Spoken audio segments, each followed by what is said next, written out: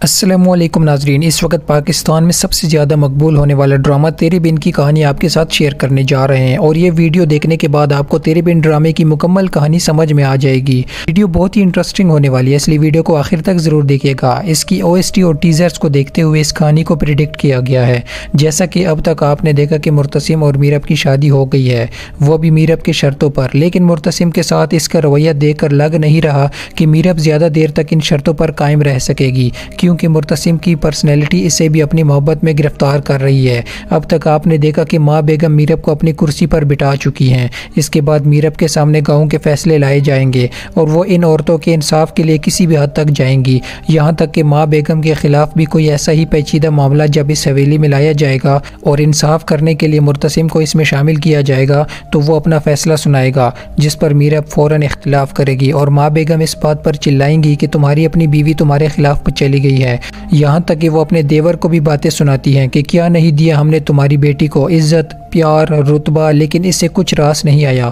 اپنی خود سری اور ہر درمی سے یہ سب کچھ برباد کر کے رکھ دے گی۔ ایک بار پھر سے مرتسم اور میرب کے درمیان سرد جنگ شروع ہو جاتی ہے۔ اس کا فائدہ حیا اٹھانے کی کوشش کرتی ہے، سب کو یہ بتا کر کہ میرب اور مرتسم کا رشتہ صرف کاغذی ہے۔ ایسے میں مرتسم کے سامنے بہت مشکل لمحات آنے والے ہیں، جب ماں بیگم کا دباؤ اس پر پڑے گا اور دوسری طرف دستخط کیے ہوئے کاغذ، وہ اس سب میں بری طرح سے پھنس جائے گا۔ میرب ہر وہ کام کرے گی جس سے مرتسم کے ساتھ اس کا جھگڑا بڑھے گا۔ ماں بیگم کے اصولوں کی جوتی کو نوک پر رکھ کر وہ مرتسم سے ٹکر لے گی۔ مرتسم بہت سے موقعوں پر اسے سنبھلنے اور غلطی نہ کرنے کی موقع دے گا۔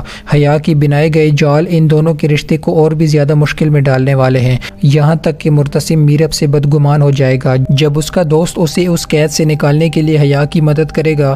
حیا اسے میرب کی سچویشن بتائے گی کہ وہ یہاں پر کتنی بری طرح سے پھنس چکی ہے، اگر تم چاہو تو اسے نکال کر لے جا سکتے ہو۔ میرب سے محبت کرنے والا اس کا یونیورسٹی فیلو اسے بچانے حویلی پہنچ جائے گا۔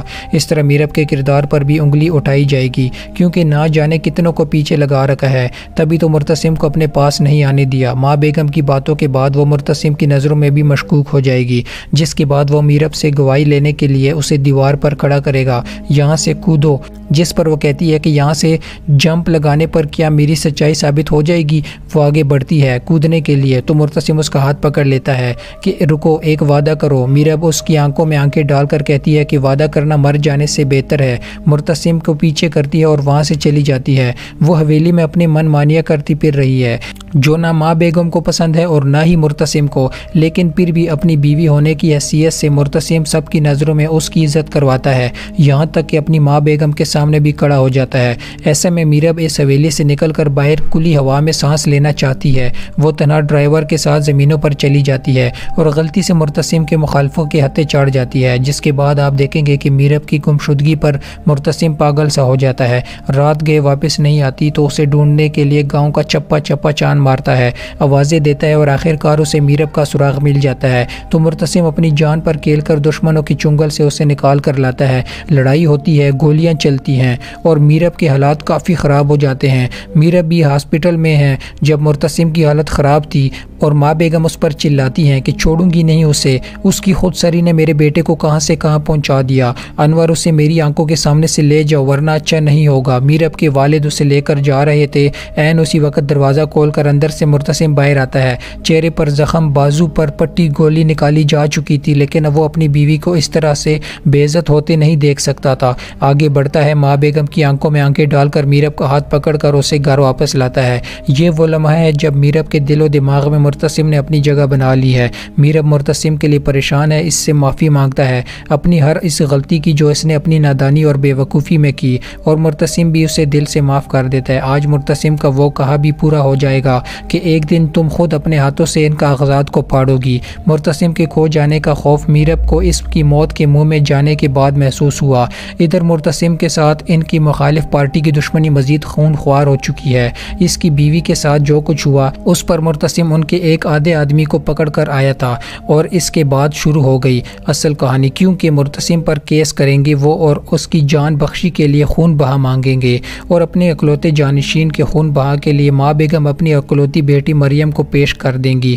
مرتسم کی غیرت یہ کیسے گوارا کرے گی کہ اس کی بہن اس کے مخالفین کے گھر چلی جائے گی؟ وہ اس زمین کے کاغذ جس زمین کی وجہ سے ان کی پہلی قسط میں ہی لڑائی ہوئی تھی لے کر گھر سے نکل رہا ہے کہ میں ان کے منہ پر مار دوں گا، اپنی بہن نہیں دوں گا۔ جب ماں بیگم اسے روکتی ہے کہ ایسا نہ کرو، فیصلہ ہو چکا ہے اور پنچایت نے یہی فیصلہ سنایا ہے، لیکن مرتسم کسی کی نہیں سنتا، جس کے بعد آپ دیکھیں گے کہ اپنی بہن کو تو وہ ان سے چھڑوانے کی جائے گا، لیکن وہ روتے ہوئے بتائے گی کہ بھائی اب کوئی فائدہ نہیں، میرا نکاح ہو چکا ہے، میں واپس نہیں جا سکتی۔